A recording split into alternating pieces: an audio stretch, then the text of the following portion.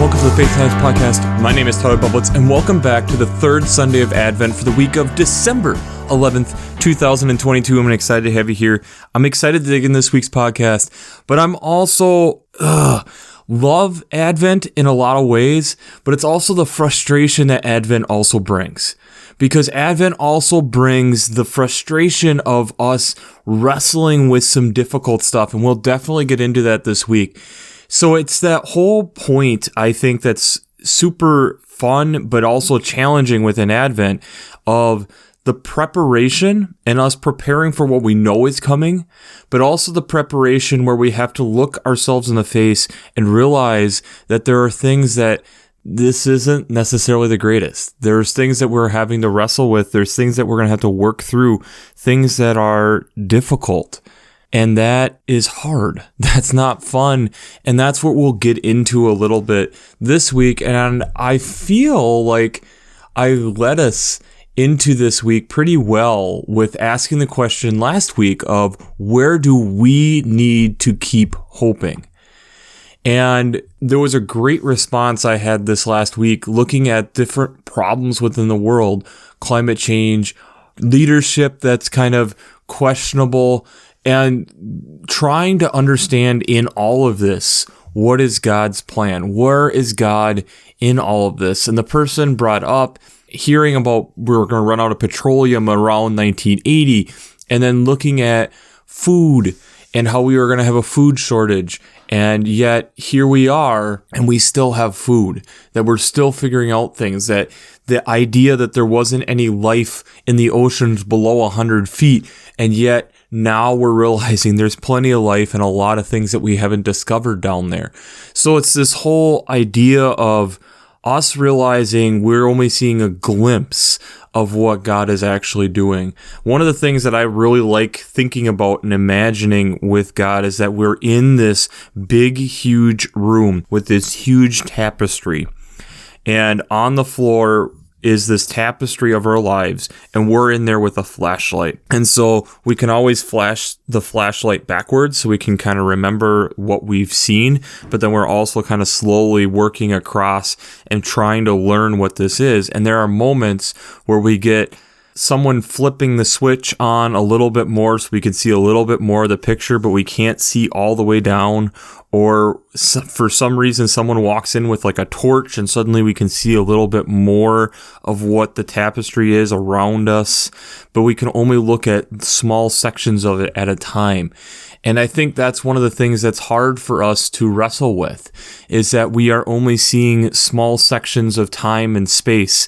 And especially with where we'll go this week with the discussions for the text for this week, it's something that we are wrestling with. It's something that we are working on, and we recognize that there are things that are going on, but it's then how is our response, even if the work that we're doing seems futile in certain ways. So the Old Testament text this week is out of Isaiah chapter 35, verses 1 to 10. This is, again, we're in Isaiah doing a lot of the forecasting of what is to come. And so we have to remember as we're in these weeks of this forecasting of what God is going to be doing. And I think that's one of the things to remember in this. But we have this image of the wilderness and dry land, and yet the desert still is going to blossom and rejoice, and still is going to give forth this beautiful thing. And then we get this imagery of how things that appear that should be weak are suddenly being made strong. So the eyes of the blind shall be opened, the ears of the deaf shall be unstopped, the lame shall leap like a deer, the tongue of the speechless shall sing for joy, for waters shall break forth in the wilderness and streams in the desert. The burning sand shall become a pool, and the thirsty ground springs of water. Haunt of jackals shall become a swarm. The grass shall become reeds and rushes, which grow where there's water and there's abundance. So this idea of how we're going from something that's next to nothing to something of abundance is a totally different idea, and this is where God's playing with this idea, and this is what Isaiah is going for, is that the Lord is going to take what is looking like it is nothing and make it into more than something. So we have alternative psalms this week. The first alternative psalm is Psalm 146, verses 5 to 10. This is recognizing again that God is the one who is doing all this work and giving praise to God. But it's this recognition that he made the heaven and earth and all that is within it, the faith. But he executes justice for the oppressed and gives out food for the hungry. He sets the prisoners free. He opens the eyes of the blind. He lifts up those who are bowed down and loves those with righteousness, coming from verses 5 through 8. So this idea of how God is in and amongst us and working within us and is doing all these things, and recognizing even in the small things that God is doing that.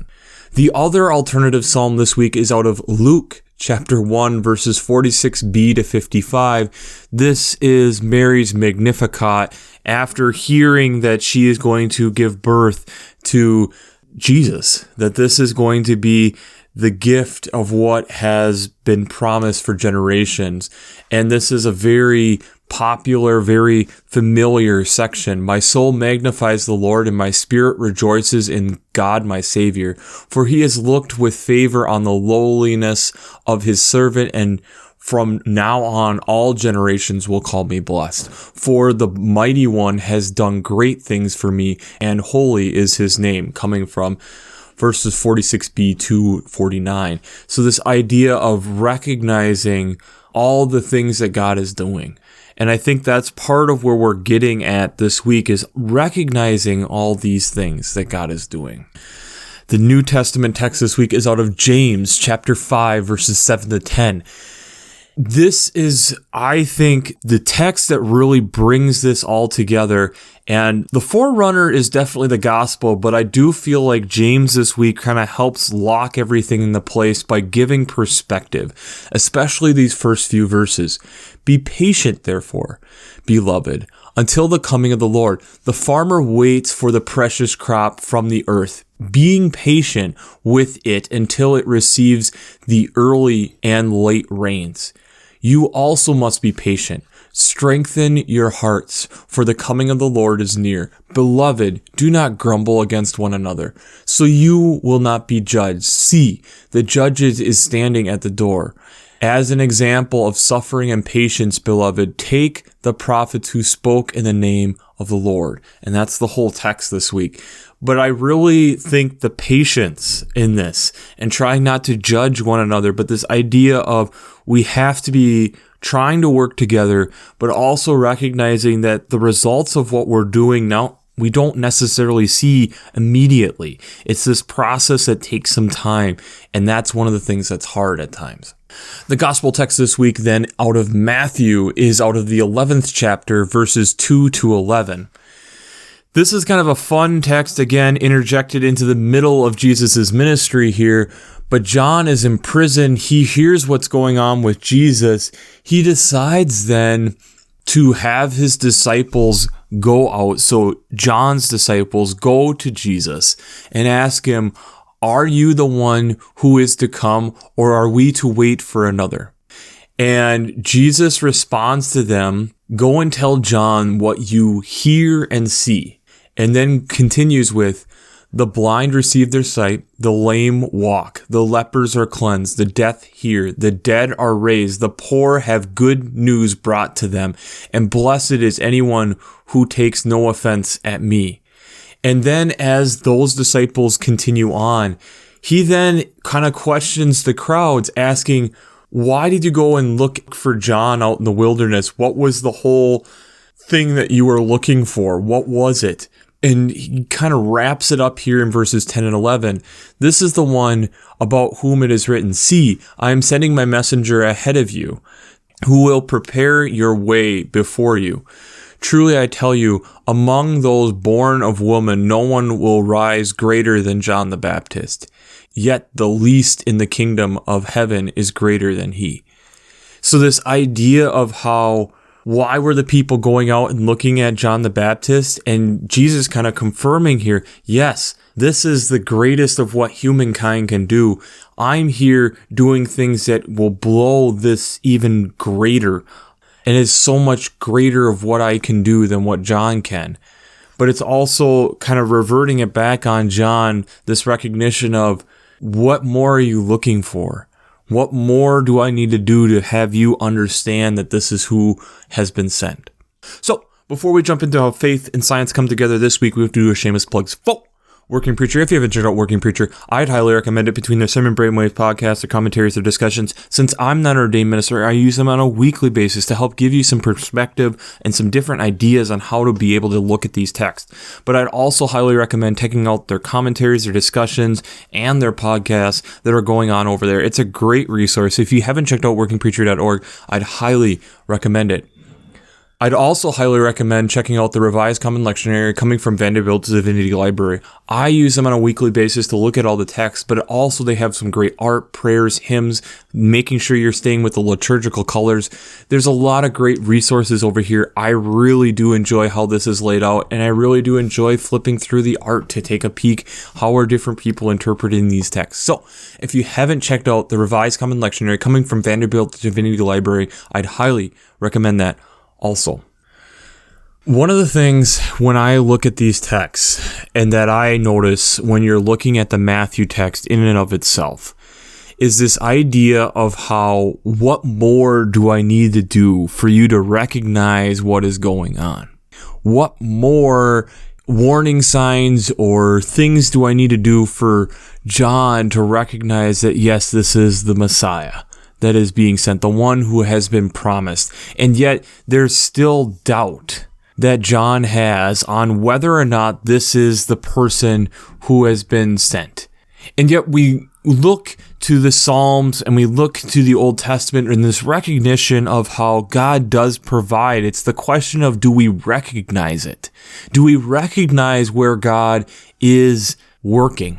Mary in the Magnificat obviously recognizes this, realizing this, and James is the reminder of, in all of this, we need to be patient. There are times that things are going to be happening, but they're moving at a different tempo than what humankind is used to. That it's moving at a slower tempo. When I look at these texts, and it's something that I know I've talked about, but it's been a hot minute since we've talked about this, I think this is a text that screams talking about climate change. We have to even dig in a little bit more of, it's not global warming, and the reason we don't use global warming is we recognize that in climates changing, not all climates are affected the same way. Some are actually going to get colder before it gets warmer. This idea of how each climate is affected. But yes, we are looking at a world that is becoming different more and more by the day. And the thing is the data is stacking up. When we look at the amount of carbon dioxide in parts per million in going through the ice cores and different things that we have never seen the heights of CO2 levels that we are right now. And we're also recognizing that from this post-industrial revolution that we are having more and more of this going through. We're noticing on average that global temperatures are rising. Here in the United States, we had the third hottest summer we have ever had. The first and warmest summer we ever had was in 2021, and 1936, the Dust Bowl, is in the middle of 2021, and 2022. We're noticing that the global oceans are warming. We're noticing that the ice sheets are shrinking, and glaciers then are retreating, and snow cover is decreasing, and sea levels are rising, and having more Arctic sea ice, which is causing more water, so more frequent storms that we're having that are huge. And we're also looking at the acidification of the oceans and how that is wreaking havoc on things like the Great Barrier Reefs and just global reefs around the world, and how it's affecting a lot of sea life. We're looking at all this, and the data keeps coming through. We look at the Intergovernmental Panel on Climate Change and how they keep every couple years putting out these papers that are quite scary. And we have even talked about it often when that gets released. I end up talking about it here on the show. And yet we're having more and more governatory bodies looking at more and more science societies stating that, yes, humans are having an impact, and yes, this is changing things rapidly, that we are having things change at a pace that we've never seen before. We're looking at temperatures getting in ways that the world has never been before. And yet, there's still large portions of us that either don't want to acknowledge it happening, or two, especially if you're in a developed first world country like myself, how much of my day-to-day life is different than it was, say, even 5 years ago? How much of how I'm interacting and taking this knowledge and taking this news, is it affecting how I live my life to try to make sure this impact is being recognized and me taking part in it? Am I not then kind of like what John the Baptist is doing? That all this different stuff is going on. And yet, I am slow to recognize what is actually going on. I'm slow to acknowledge and change and react to what is going on. I'm taking my time in doing that. And that's where, to me, when I read this, it's Jesus saying, what more do I need to do? What more do I have to do to show you that I am the Messiah outside of death? What more do I need to do? We look at our current climate crisis. What more needs to be done for people to recognize that, yes, things are happening and it's beyond what we've ever been able to measure before? People stating that we don't have the science going back far enough to be able to recognize it, but we can't go back, but we can take ice cores and what we're understanding of it. And ice cores are taking the atmosphere is embedded within those ice cores, as ice is taking in the oxygen as it's making ice.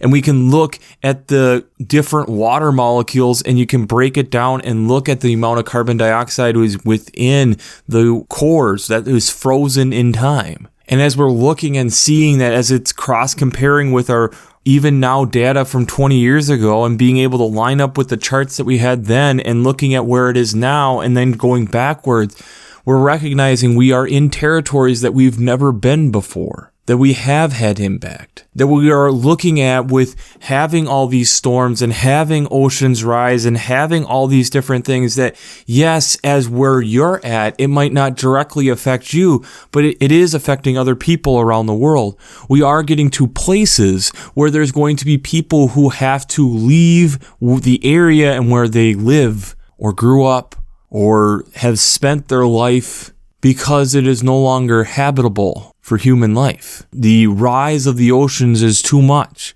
that it becomes unlivable in those locations and they must go to a new place. As humans, one of the things that I know we typically, most especially developed first world nation people, we struggle with the idea of just leaving a place. And yet, with our own actions and interactions, we are forcing others to leave place because certain people within this group of humans, myself included, want to live easier or perceived easier. And when we're getting these news and we're not changing our own habits, we're not willing to make those sacrifices, we aren't willing to acknowledge what is going on. Everyone suffers. Everyone hurts. Everyone is in pain. Jesus comes in and is trying to recognize that this is a global thing, not an individual thing. Jesus is recognizing that one small interaction, those small interactions add up.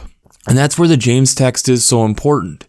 That the little interactions that we do, the little habits that we change to help the environment don't go unnoticed. It's just hard necessarily to measure immediately. But the more of those that we do, the more impact we actually have. And the hard thing with all of this is just because we flip off into a renewable world, say tomorrow, doesn't mean that we see the impact immediately. It's going to take a long period of time for those impacts to be seen. We'll start seeing the results, but it's going to still take time. Another example of this is if you look at, and I know this isn't our typical content, but looking at the economic markets the last couple years and how COVID-19 wreaked havoc on the market. We had a quick crash, and then we started bringing money into the economy, and everything went awesome. And now we're talking about inflation. And so you have rates going crazy as there's prices of things have gotten higher and higher. And there's question of, are we over tightening to spots where are we moving into at least a recession in the United States, if not a global recession? All this was boom, boom, boom, boom, boom, boom, boom. And it's all the different interactions that when we did an action, we didn't immediately see the result. It took time. I don't plant a seed in the ground today and expect tomorrow to be picking apples off an apple tree. It takes time. That's one of the things that we as humans wrestle with, struggle with, is this idea of taking time. And that's where I really like the image of, in James, the patient farmer, because it is patience to have something grow. It takes time. It doesn't just happen overnight. When we are in a society that we're so used to being able to flip switches, push something, click 2-day ship on Amazon, and suddenly, amazingly, it's at my doorstep nearly instantaneously. Depending on the city in which you're in, you can even get same-day shipping with Amazon. A matter of hours, it's at your doorstep. We have to remember God can work that way, but that is not always how we see God work. Yes, God was doing healings that seemed to be instantaneous, or healings that were fairly quick, but it didn't change the whole movement of what Jesus was doing. It still took a lot of time for people to recognize, and heck, after his death, there was still a lot of recognition, and we still have plenty of people who question, did this thing all happen? When we are in this Advent season of preparation, the question does become, what evidence do we need for you to understand this, to see this, to show this, to have support of this? How much evidence do you need supporting your thesis before you recognize that that happened? Are we always critical to the point where we miss the boat?